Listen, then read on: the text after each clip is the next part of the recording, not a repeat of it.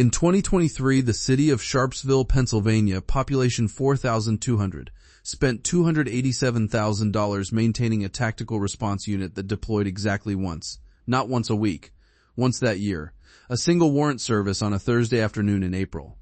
The officers trained 400 hours for 12 minutes of operational use. That is a cost of $23,917 per minute of deployment. So who actually pays for SWAT teams, and why does every town in America seem to want one? Set up the paradox. On the surface, this makes no financial sense. SWAT teams were invented for extraordinary threats. Barricaded gunmen, hostage situations, active terror events, the kind of thing that happens in a mid-sized American city maybe 4 or 5 times a decade. Yet by 2024, the United States had roughly 30,000 SWAT deployments per year across more than 800 active tactical units. Keene, New Hampshire, a college town of 23,000 people with a violent crime rate below the national average, acquired a BearCat armored vehicle in 2012 using a $285,933 Department of Homeland Security grant. The justification cited in the application referenced the town's annual Pumpkin Festival as a potential terrorism target. Doraville, Georgia, population 10,500, maintained a surplus MRAP, a vehicle designed to survive roadside bombs in Iraq, for neighborhood drug raids. The vehicle cost the Pentagon $733,000 to manufacture. Doraville acquired it for free. The operating cost, however, was $18,000 a year in fuel, maintenance, and storage. 2 different towns, 2 identical patterns. Military hardware flowing into suburban police departments at almost no acquisition cost. This created enormous downstream expenses that rarely appear in headline budgets. Follow the money. The economics of SWAT begin at the federal level, specifically with the Department of Defense 1033 program. Established in 1997 under the National Defense Authorization Act, the program allows the Pentagon to transfer surplus military equipment to civilian law enforcement at zero cost. Since its inception, the program has moved more than $7.4 billion worth of equipment to over 8,000 agencies. The items range from office furniture to mine-resistant vehicles, night vision systems, and military-grade rifles. The transfer price is zero, but the operating cost is not. A single Lenco BearCat, the most popular commercial armored vehicle in American law enforcement, retails between $220,000 and $350,000 depending on configuration.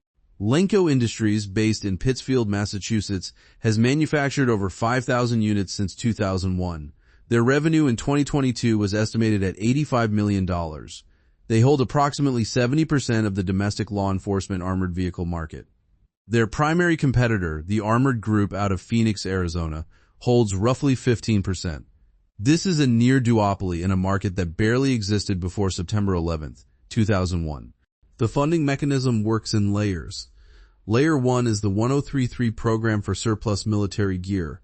Layer 2 is the Department of Homeland Security's grant system, primarily through the Urban Area Security Initiative and the State Homeland Security Grant Program. Between 2002 and 2023, DHS distributed over $56 billion in preparedness grants to state and local agencies. A significant percentage of that money purchased tactical equipment, armored vehicles, and training infrastructure. Layer 3 is the municipal budget itself, where ongoing costs like ammunition, specialized training, overtime, and equipment maintenance are absorbed. Here's where the model gets interesting. A small police department cannot justify a SWAT team on operational need alone. The math does not work. But it does not have to. The federal grant system is structured around threat assessment, not incident frequency. A department applies for funding based on what could happen, not what does happen. The 2004 Homeland Security Grant Guidance explicitly encouraged agencies to build capacity for low-probability, high-consequence events. This created a financial incentive to acquire capability regardless of demand. Training is the largest recurring expense.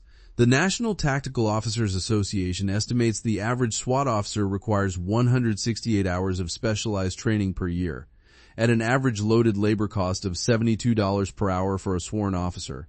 That is $96 per operator annually before a single round is fired. A standard 12-person team costs $145,152 in training labor alone. Ammunition for tactical qualification runs another $8,000 to $14,000 per year per team. Specialized equipment like breaching tools, flashbang munitions, ballistic shields, and communication systems add $40,000 to $75,000 annually in maintenance and replacement. So what justifies the spend? Deployments. And this is where the numbers reveal the real business model. According to a 2014 ACLU study, 79% of SWAT deployments were for search warrant service, primarily drug raids, not hostage rescues, not active shooters, routine warrant execution dressed in tactical framing.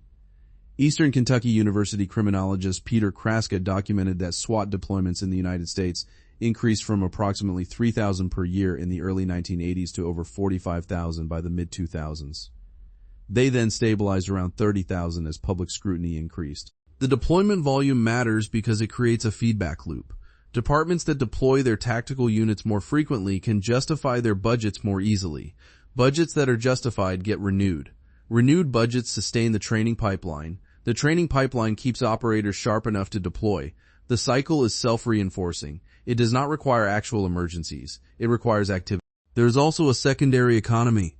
Private tactical training companies like Strategos International, Centrifuge Training, and Sig Sauer Academy sell courses to law enforcement agencies at rates between $400 and $2,500 per officer per course. The market for law enforcement tactical training in the United States was valued at approximately $1.3 billion in 2023. Equipment manufacturers, ammunition suppliers, uniform contractors, and consulting firms all orbit this ecosystem. The SHOT Show, held annually in Las Vegas, drew over 55,000 attendees in January 2024, a significant portion of whom represented law enforcement procurement. The private sector has also entered direct SWAT operations. Companies like Tiger Swan, formerly a military contracting firm, have offered tactical consultation to domestic law enforcement. During the 2016 Dakota Access Pipeline protests, Tiger Swan provided intelligence and coordination services to local police in North Dakota. The billing costs were ultimately reimbursed by Energy Transfer Partners, the pipeline's owner, a private company funding quasi-military domestic police operations through a corporate intermediary. The dark twist.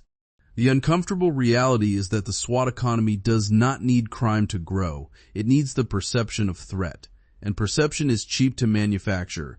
Every grant application begins with a threat narrative. Every budget renewal references capability gaps. Every equipment acquisition is framed as preparedness rather than escalation. In 2014, an MRAP deployed to Ferguson, Missouri during protests following the shooting of Michael Brown. The images of military vehicles facing unarmed civilians triggered a national reckoning. President Obama signed Executive Order 13688 in 2015, restricting transfers of certain military equipment to police. In 2017, President Trump revoked that order through Executive Order 13809, restoring the full 1033 pipeline. The deeper problem is institutional. Once a department owns a BearCat, it needs to justify the BearCat. Once it trains a 12-person tactical unit, it needs to deploy the unit. The equipment creates its own demand signal. Criminologists call this the law of the instrument. When your primary tool is a battering ram, every warrant looks like a door. And the financial exposure falls entirely on municipalities. When SWAT raids go wrong, and they do, the lawsuits land on city budgets. In 2015, a flashbang grenade thrown during a no-knock raid in Habersham County, Georgia, critically injured a 19-month-old child. The county settled for $3.6 million. The raid found no drugs and no suspect. Big picture. The average American taxpayer contributes to SWAT economics at 3 levels simultaneously.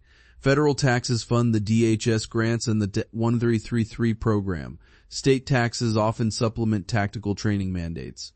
Local property taxes cover the operational and legal costs. A resident of a mid-sized American city is effectively paying for a small standing army they will almost certainly never need and never asked for. This model has also become an export product. Countries including Brazil, Colombia, the Philippines, and Saudi Arabia have purchased American tactical training packages and equipment through both government channels and private contractors. The global market for tactical law enforcement equipment reached $24.1 billion in 2023, according to Mordor Intelligence. The economics of owning a SWAT team are not driven by violence. They are driven by the infrastructure of preparing for violence. and that infrastructure, once built, never voluntarily shrinks.